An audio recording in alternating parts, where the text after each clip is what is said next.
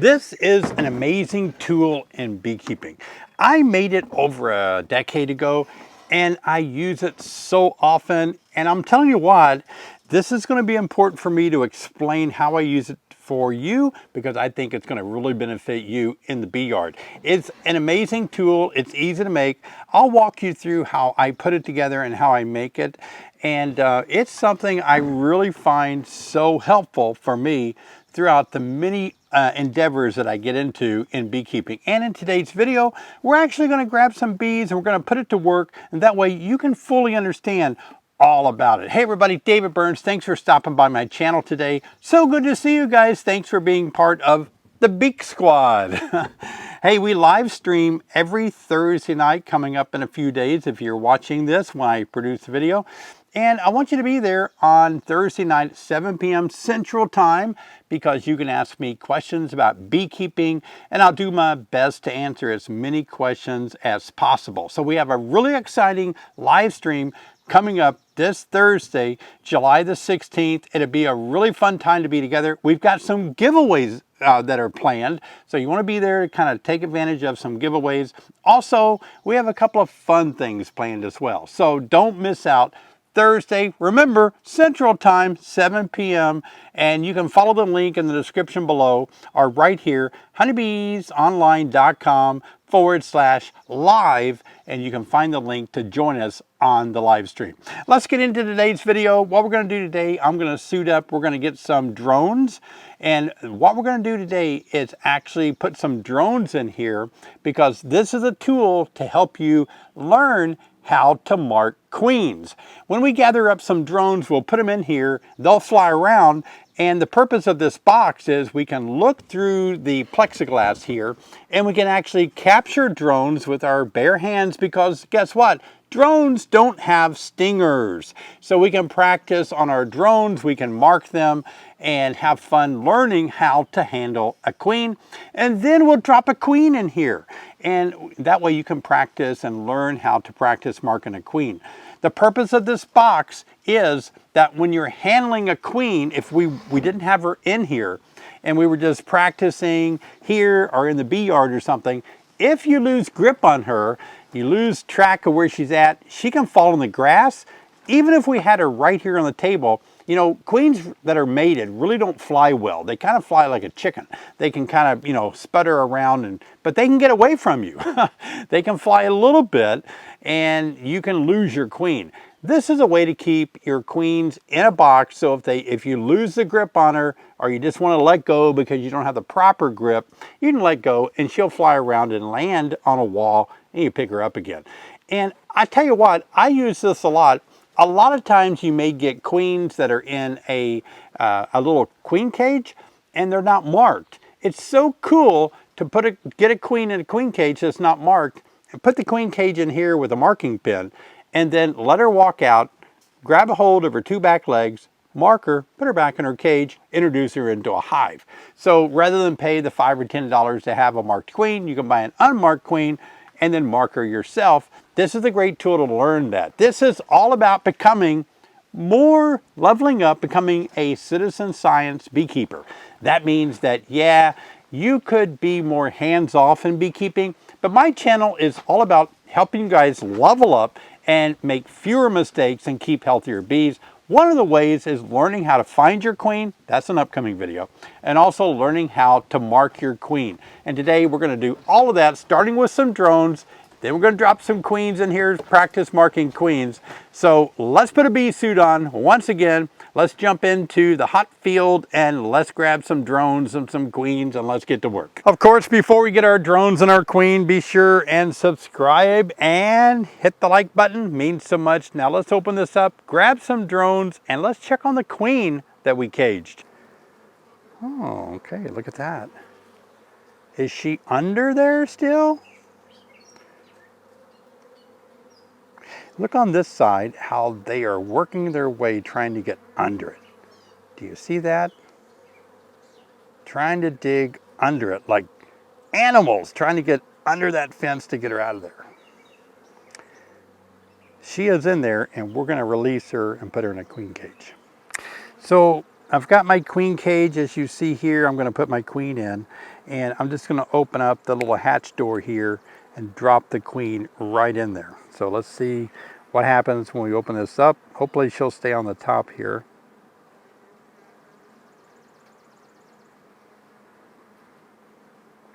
She may take off running and run underneath somewhere, but hopefully not.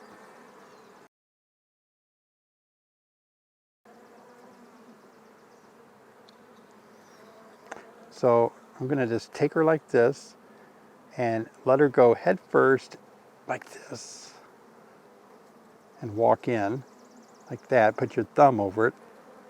And now we have captured the queen. All right, which side has the most drones? Yeah, I got my jar ready. I got some 1/8 inch hardware cloth and then a jar. So we'll just go ahead and pick up some drones and put them in. Or grab a hold of. All right, so we got one. I'm going to use my hand for now. Keep them from flying out.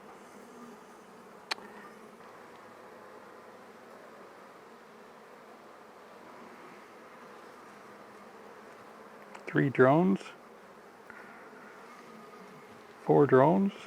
Here's a big drone.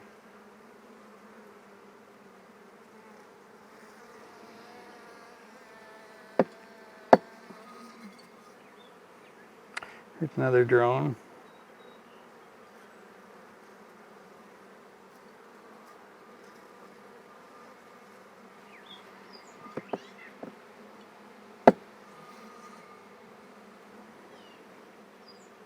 So we're gathering drones in order to do a little experiment on marking bees, and we just figured we can practice marking drones.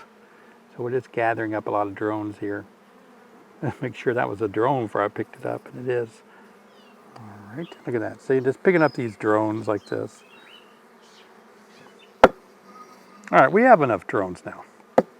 Put the lid on it.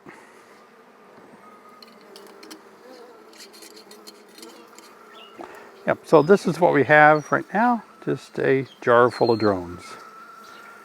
Let's put this hive back together and do some playing. Let's get our queen cage. They like their queen, look at that.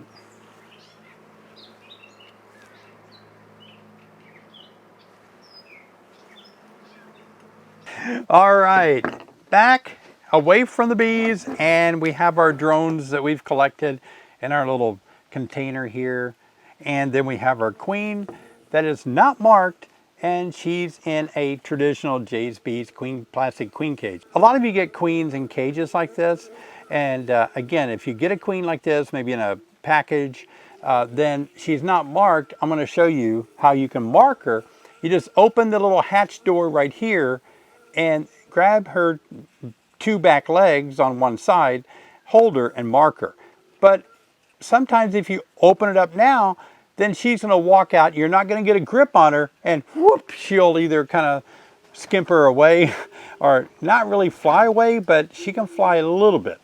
And then you'll lose her out in the open air like this. She may land on the table, go down a hole, go underneath something, land on your shirt sleeve. You won't see her anymore.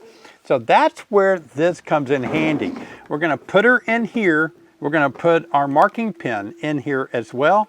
And then we put our hands in here, and so we can actually manipulate the queen. If we lose grip on her, we don't lose her because we can see what we're doing through the plexiglass screen.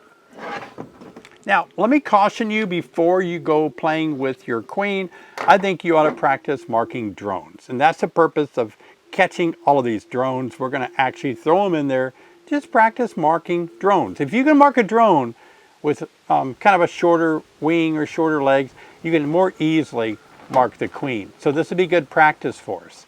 And I tell you, one thing to be aware of is the marking pin is highly dangerous, because a lot of people kill their queen. They put too much paint on her.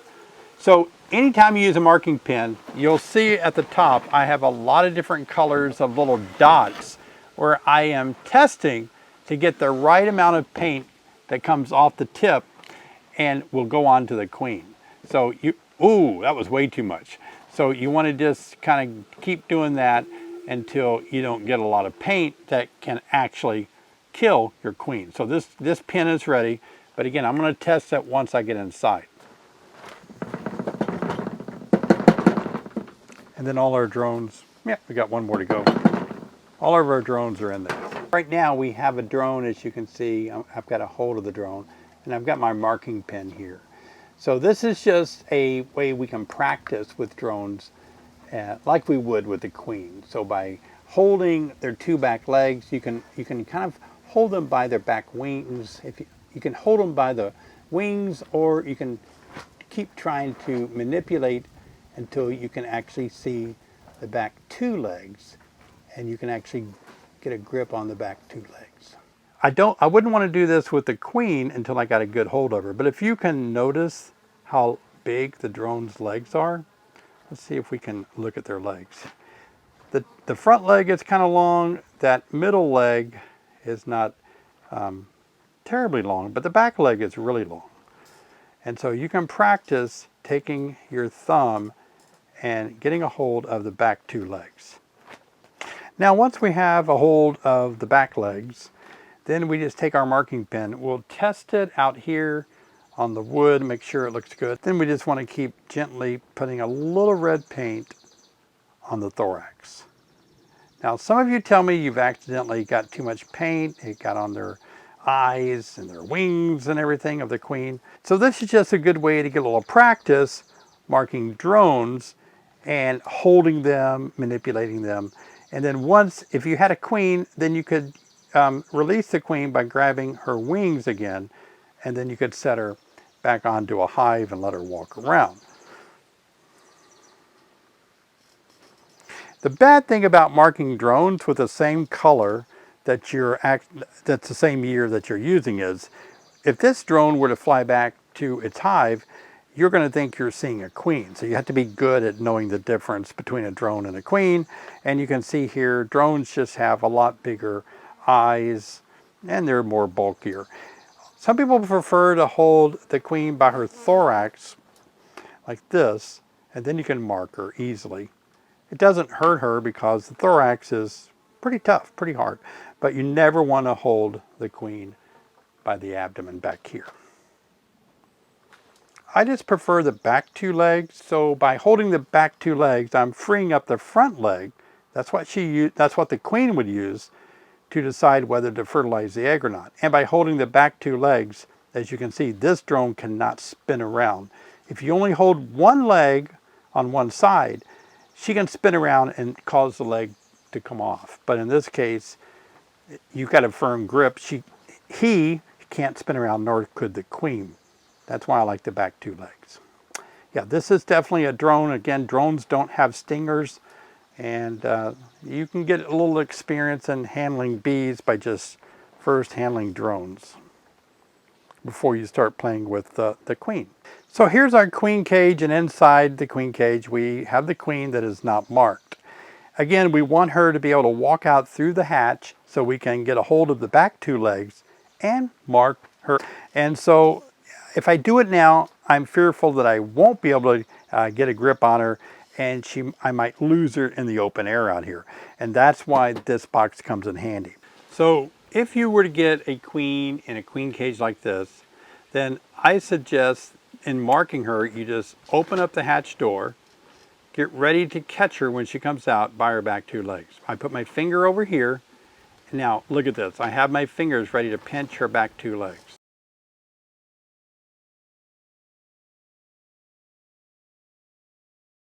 Do you see how fast I did that? Now I just simply take my marking pin and touch the back of her thorax.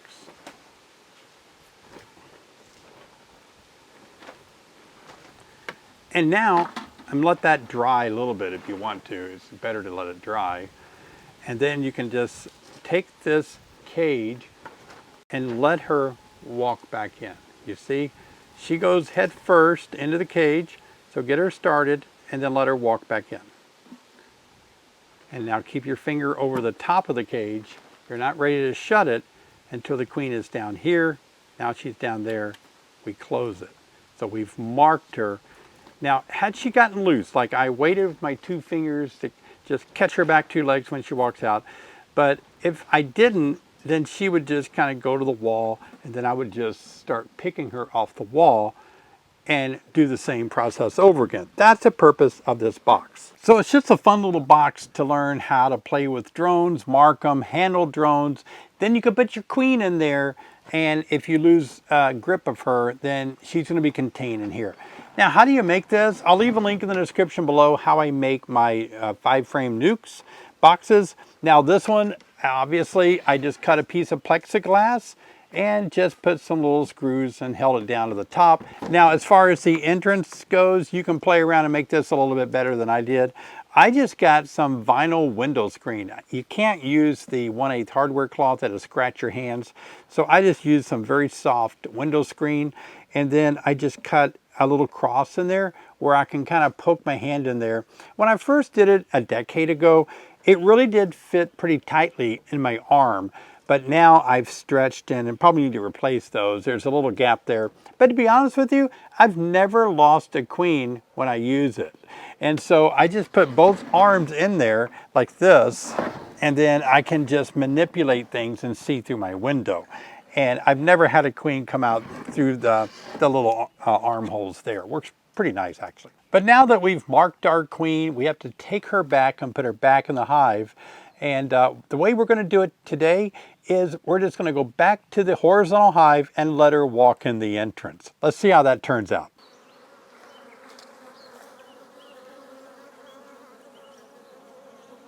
Yeah, let's see if we can get her to walk out. There she is.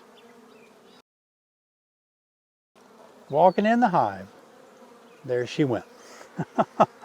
Well, I'm glad the queen walked right back in, and since she's had almost a week off, it's going to be a mite break, breaking the brood cycle of the Varroa destructor, and it's going to give the queen a little break. She's ready to start laying a lot now. So that's another video. I'll leave a link in the description to these 3 videos. Number 1, a video about how to make a 5-frame nucleus and how you can put a piece of glass on the top or a plexiglass and make the box. Number 2, I'm going to leave a video link in the description below to the video where we actually cage the queen in order to break the brood cycle of the Varroa destructor by breaking the brood cycle of the bees. Now let me explain why it's so important that you requeen your hive in the month of July. I made a whole video.